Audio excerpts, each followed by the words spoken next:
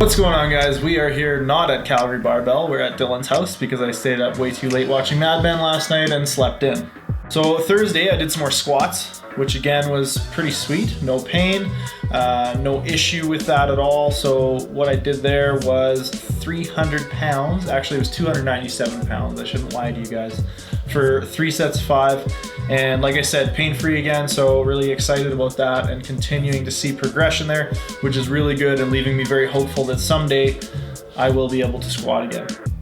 I also did my competition bench and wasn't able to go up as high as I wanted to on my singles, but got a lot of redemption through the volume, was able to do all my triples at 150 kilos this week, which is a first in this developmental block. So I was, again, happy to see that. This morning I did some sumo deadlifts and did 6 sets of 5 at 242 kilos. Again, trying to work on keeping my sumo technique tight and consistent, even when I'm doing numerous sets of high reps with moderate weight.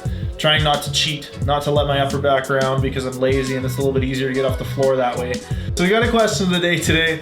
The question is, how do I choose between sumo or conventional with my deadlift stance?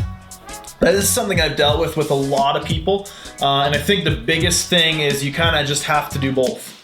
One way to do it, and somebody already answered this, I believe, on the channel, saying that they did both in one training cycle. Somebody else replied and said they should try and do one style for 6 to 8 weeks and then switch. Both of those are very good approaches. The biggest thing is to do them. Figure out which one you feel more comfortable or stronger in, which one allows you to work with the mobility or the stability that you may have or may not have.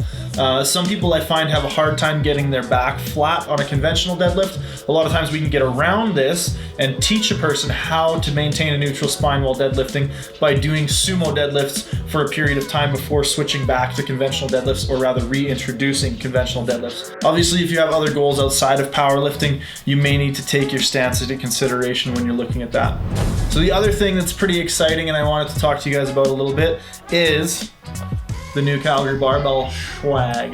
We got our first samples of a couple of hats today, or rather yesterday, sorry.